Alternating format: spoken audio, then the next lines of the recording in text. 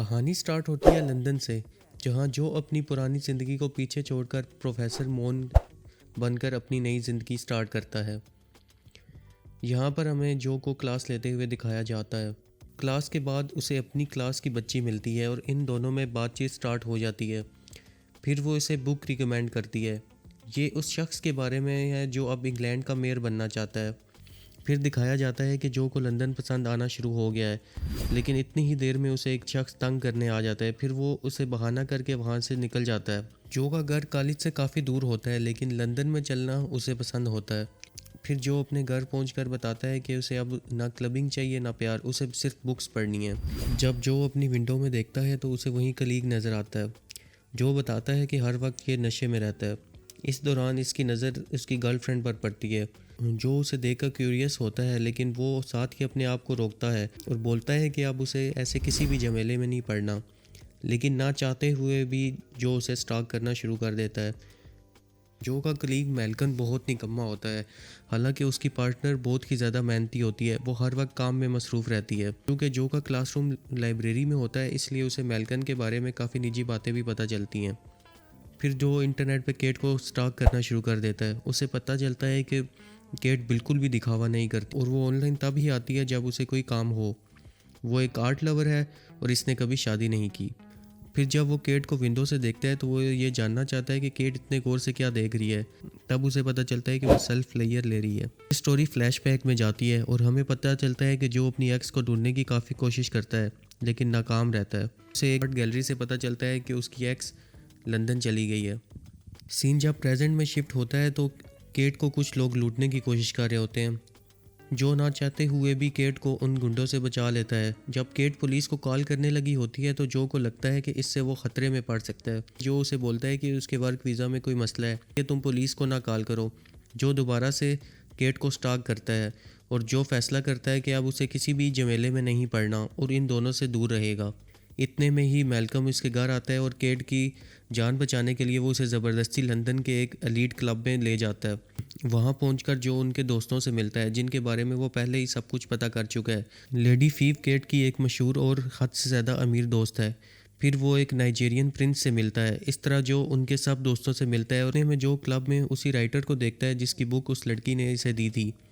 Book के according ये काफ़ी गरीब होता है और जो इसे देखकर काफ़ी हैरान भी होता है। सीन दोबारा पास्ट में जाता है और हमें पता चलता है कि जो लंदन में अपनी एक्स से मिल चुका है।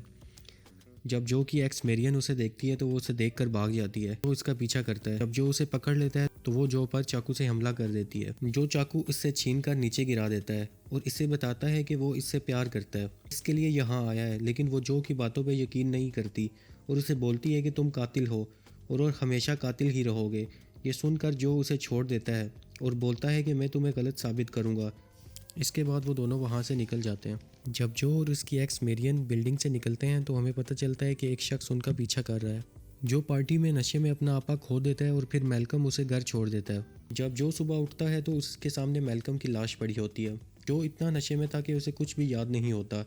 चूँकि इसने नशे में जो की एक्स के बारे में काफ़ी गलत बातें की थी, तो जो समझता है कि उसे उसी ने मारा है। लाश की एक उंगली गायब होती है और जो सोचता है कि इसे इसने कहाँ फेंका है। जो जब विंडो से केट के घर देखता है तो उसके घर पुलिस खड़ी होती है। जो हैरान हो जाता है कि इतनी जल्दी पुलिस कैसे आ सकती है। उसे याद आता है कि पुलिस चोरों की वजह से आई होगी। वो लाश को समेटना शुरू करता है, क्योंकि अगर केट ने पूरा इंसिडेंट बताया तो पुलिस इसके घर भी आ सकती है। जो लाश को पैक करके एक प्रोफेसर की गाड़ी की डिग्गी में रखता है। उस प्रोफेसर ने जो को अपनी कार इमरजेंसी में इस्तेमाल करने की इजाज़त दी थी। जो गाड़ी लेकर एक फैक्ट्री में पहुंचता है। उसे ये फैक्ट्री लाश के टुकड़े करने के लिए बेहतर लगती है। वो गार्ड को देखता है। गार्ड मैच देखने के लिए वहाँ से चला जाता है। उसके पास सिर्फ 45 मिनट का टाइम होता है, क्योंकि आधा मैच पहले ही गुजर चुका होता है।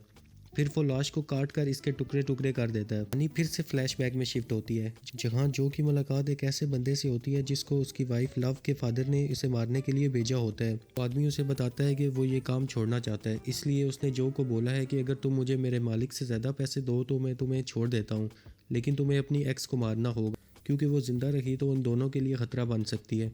जो इस वक्त उसकी बात मान लेता है। फिर वो मेलकम की लाश को शहर के मुख्तलिफ कोनों में फेंक आता है। कहानी फिर फ्लैशबैक में आती है। जो को अपनी एक्स को मारने का कोई इरादा नहीं होता, क्योंकि वो उसे गलत प्रूफ करना चाहता है और बताना चाहता है कि वो अब बदल चुका है। इसलिए वो इसका लैकेट चुराता है और इसकी पिक्चर उस बंदे को एज अ प्रूफ भेज देता है। जो जब घर आता है तो उसे एक मैसेज आता है कि तुमने लाश को अच्छे तरीके से ठिकाने लगा दिया।